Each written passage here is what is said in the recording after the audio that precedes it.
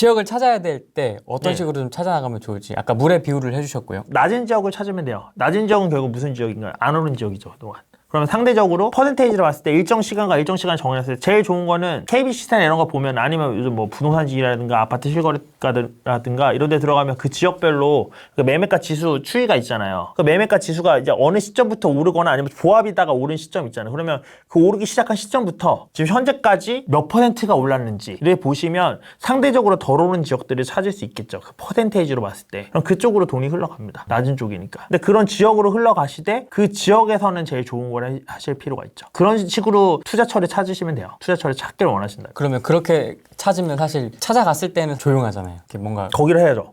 흐름이 좀 연락도 뜨문뜨문 약간 이런 상황이 아닐까요? 덜 오른 상태라면. 그쵸. 그런 데를 가셔야 되는 게 맞아요, 근데. 왜냐면, 사실 수도권에서 웬만한 거 제가 아까 그래도 이런 지역을 찾아갔을 때 그래도 좀 대장에 가까운 데를 투자해야 된다. 좋은 애를 투자해야 된다고 말씀드렸잖아요. 수도권에서도 지금 다 오른 것 같잖아요, 수도권들이. 근데 제가 투자를 시작하던 초창기, 14년도, 15년도쯤에 그때 당시에 막 1억짜리에 뭐 7,000원짜리 샀던 물건들, 제가 8,500에 산 첫 투자 물건이 있었거든요. 지난주에 7,400에 팔았어요. 7,500에. 8,400에 샀는데 7,500에 팔았습니다. 수도권에 있는 물건인데. 아파트예요, 참고로. 빌라도 아닙니다. 다 오른 것 같죠? 안 오른 애들도 있어요. 그리고 제가 시흥시 거모동에 초반에 투자했던 물건 하나 있는데 그 1억 주고 샀거든요. 1억 주고 샀나? 9,500 주고 샀다. 근데 무튼 중요한 거 1도 안 올랐어요. 똑같아요, 가격. 초기 투자 때 샀으니까 산지 다 5, 6년 된 거거든요. 아파트? 네, 아파트예요, 똑같이. 근데 하나도 안 올랐어요. 어떻게 된 거죠? 이게 낮은 지역으로 흐르는 건 맞아요. 낮은 지역으로 흐르는 건 맞는데 낮은 지역이라고 흐른다고 해서 물이 여기서 시작되는데 완전 물의 끝줄기에 가 있으면 거기까지 가기 전에 물줄기가 마르겠죠.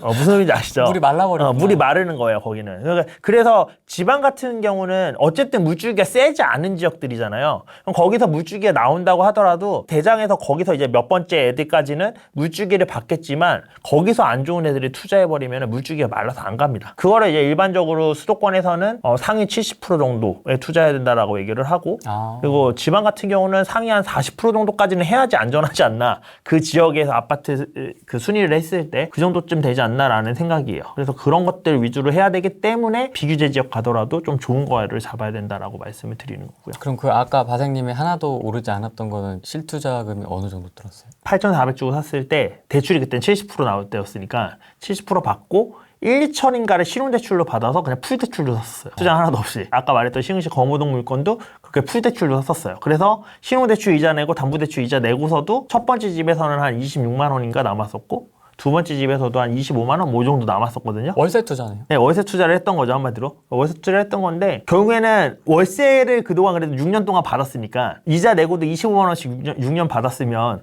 1,000몇만 원 받았잖아요. 그러니까 결국에는 이득이긴 한데 몇백만 원 이득이긴 한데 시세 차이가는 없었어요. 그러면 지금 생각해보면 그런 데가 그런 물줄기가 약했던 예, 마르는 곳이죠. 근데 그런 데까지도 지금은 수도권은 그래도 물줄기가 닿을 수 있을 여건이 갖춰지고 있죠. 왜냐하면 마르고 있잖아요. 맞아. 그러니까 공급이 없잖아요. 공급이 없다 보니까 수요가 흐르고 흘러서 밑에까지 내려오는 거지. 중간에서 물줄기가 흡수가 돼야 되는데 흡수되지 못하고 내려오다 보니까 여기까지 미칠 수도 있다고 보긴 하는데 상대적으로 퍼센테이지로 봤을 때 많이 낮죠. 항상 딜레마인 것 같아요. 좋은 입지에 있는 어떤 지역이든지 간에 A급, B+급의 입지를 들어가고는 싶으나 돈이 이게 좀 뭔가 빡빡하고 그렇죠. 그렇다고 또 이걸 낮추자니 또 물줄기가 또 말라버릴까 봐. 근데 그런 건 있어요. 그러니까 물줄기가 말라도 이게 물줄기라는 게 두 가지의 물줄기가 있거든요. 제가 지금 수요의 물줄기라고 얘기하는 거는 약간은 투자의 흐름에 더 가까워요. 투자자들의 물줄기에 더 가까워요, 흐름에. 근데 어쩔 수 없이 실수요자라는 물줄기도 있거든요. 그러면 제가 지금 7,500에 그 물건 팔았다고 그랬잖아요. 8,400에 샀던 거. 이거를 투자자가 샀냐라고 했을 때 아니에요. 실수요자가 샀어요. 아파트가 8,400이었는데 7,500으로 떨어질 정도면 도대체 얼마나 후진 아파트야. 거기서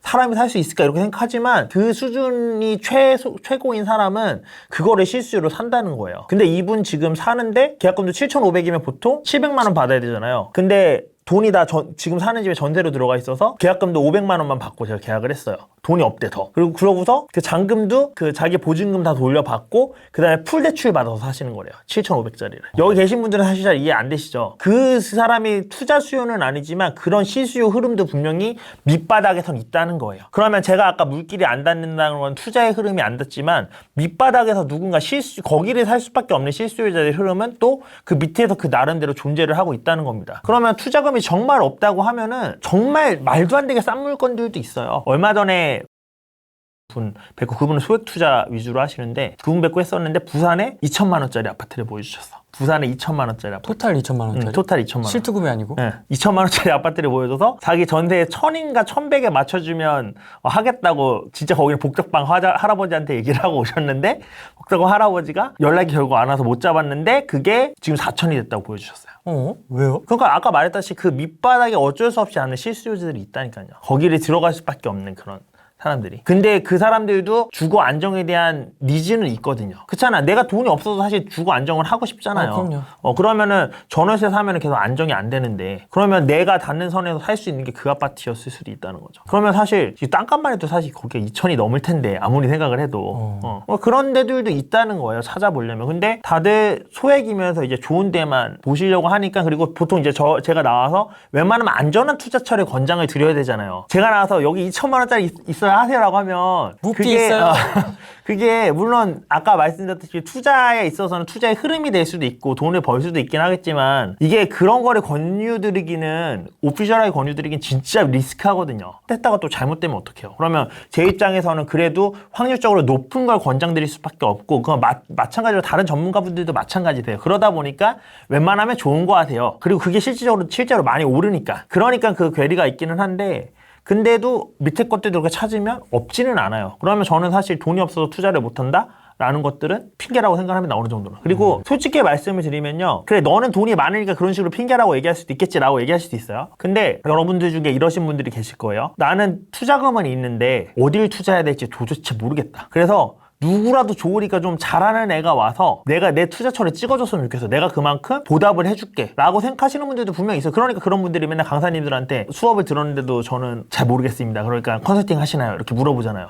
그 소리는 한마디로 내가 실력이 있으면요. 돈이 땡전 한 푼도 없어도 그런 사람들과 투자를 할 수 있다는 소리랑 똑같아요. 그런 사람들은 우리 실력 있는 사람을 찾죠. 나는 돈이 없으니까 돈 있는 사람을 찾죠. 둘이 맞잖아요. 얘기가. 그러면은 그 사람들한테 투자받아서 내가 투자하고 거기 수익의 10%를 가져가는 식으로도 투자를 할 수 있어요. 돈이 없어도. 돈이 없는 게 문제가 아니라 내가 실력도 없다는 게 문제인 거예요. 정말 중요한 거. 그러면 돈이 없는데 실력을 어떻게 해요? 실전 경험을 못 하는데. 아니 가상 투자하면 되죠. 부동산도 내가 이것 때문에 오를 것 같아 라고 찍은 다음에 주식 모의 투자하는 것처럼 똑같이 하면서 실력 키울 수 있거든요. 사실은. 그리고 그러면 실전 경험도 또 중요하잖아요. 실제로 사보고 뭐 등기 쳐보고 해야지 알잖아요. 내가 돈이 없으면 남이 도와주면 되잖아요. 남이 등기 친다고 할 때 저 등기 한번 제가 대신 도와드릴게요 해서 쳐도 되는 거고 사실 남이 뭐 경매를 한다고 하면 남이 그 명도한다고 그럴 때 저 명도 한번 해보고 싶은데 제가 도와드릴게요 하면서 가서 도와드리면 돼요. 그러면 경험 쌓을 수 있잖아요. 사실 돈이 없어도 경험 다 쌓을 수 있고 공부할 수 있고 그게 쌓이면은 누군가한테 투자금을 유치받아서 투자할 수도 있거든요. 부동산 투자라는 것도 그렇고. 그래서 중요한 거는 열심히 하면은 결국에는 투자처가 있다는 거예요. 그리고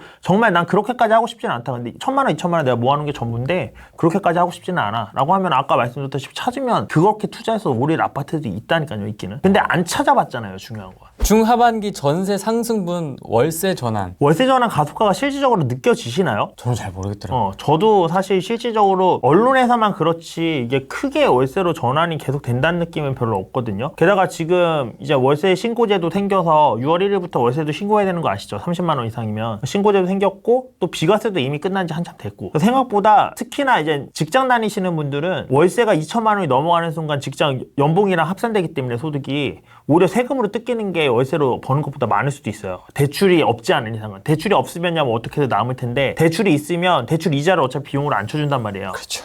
물론 이제는 기본적으로 쳐주는 비용 부분이 있기는 하지만 그런 거 찻대고 폿대고 해서 오히려 연봉이랑 해서 세율 높게 돼버리면 그냥 월세 받아서 다 정부 갖다 주는 꼴이 될 수도 있거든요. 사실 주택 월세가 월세로 전환하는 게 그렇게 매력도가 없습니다. 많이. 그래서 저는 월세 전환이 과연 그렇게 많이 될까? 라고 생각을 하고 예전 시장을 봐도 한 2014년도 15년도에 반전세가 엄청 유행했었어요. 지금도 반전세들이 좀 있긴 한데 그 반전세들이 유행했던 것도 사실 그 집주인들이 원해서라기보다는 그 세입자들이 원해서 바뀐 게 컸었거든요. 왜 세입자들이 원했죠 그때? 왜냐면 그때 전세가 없잖아요. 사실 전세를 원하는데. 그래서 전세가가 매매가를 돌파할 상황이었어요. 그러면 자 보세요. 이제 연장을 해야 되는데 집값은 3억이고 전세가 2억 9천이야. 근데 전세가 더 올려줄 게 없잖아요. 더 올리자니 세입자 입장에서도 그거 더 올리면 집을 팔아도 내 그 보증금을 못 보장받는데 올려줄 수가 없잖아요. 그러니까 보증금을 좀 낮추고 대신에 제가 월세로 드릴게요 라는 식으로 전환돼서 반전세들이 그때 많았었던 거거든요.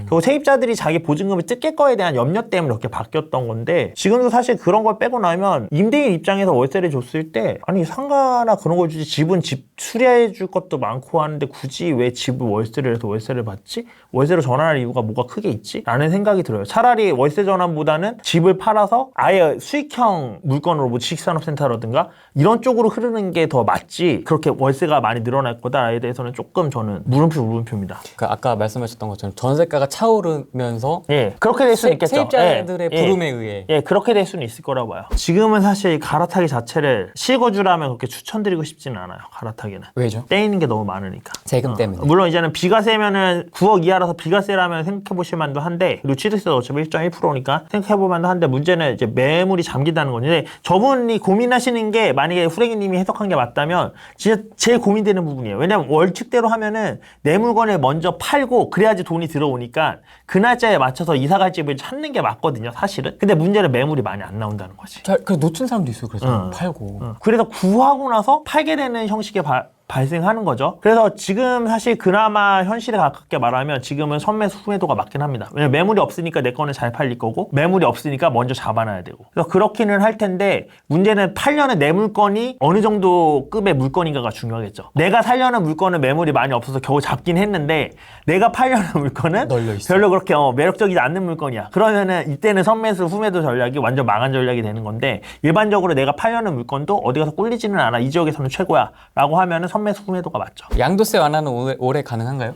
이걸 어떻게 알죠? 안 될 것 같은데 근데 양도세 완화는 안 해줄 것 같아요. 왜냐면 이게 지금 세금 때문에 큰 소리를 내는 거는 결국 보유세 문제거든요. 그래서 보유세만 낮춰주더라도 표심이 많이 돌아설 거예요. 그러니까 불만들이 많이 줄어들 거예요. 왜냐면 양도세는 팔기 전에는 안 나오는 거니까. 뒤에서 내는 거니까. 예. 근데 보유세는 어쨌든 가지고 있는 동안 계속 나오는 거니까 그거는 계속해서 표에 걸림돌이 되지만 양도세는 팔기 전에는 안 나오는 거기 때문에 당장 크게 이슈화는 되지 않을 거고 게다가 지금 실제로 코로나나 이런 것 때문에 정부 재정이 많이 메말라 있어요. 그러면 이게 단순히 국토부에서 부동산을 잡고 싶다고 해서 그 정책 자체가 국토부에서만 만들어지는 게 아니에요. 기획재정부나 뭐 이런 데는 다 이해관계가 맺어야지 최종적으로 그 정책이 발의가 되는 거거든요. 그러면 양도세 감면을 한다고 했을 때 기획재정부가 좋아할까요? 지금 곡간이 말랐는데. 지금 곡간지 막 열심히 지금 막 읽고 있잖아요. 발표하고 절대 오케이 안 납니다. 그래서 양도세 그 줄이는 방안은 제가 봤을 땐 쉽지는 않을 거라고 봐요. 팔지 마세요. 영원할 거란 착각을 버리세요. 이런 얘기도 있고요. 대출 규제는 좀 어떻게 보세요? 양도세는 그렇고. 대출 규제는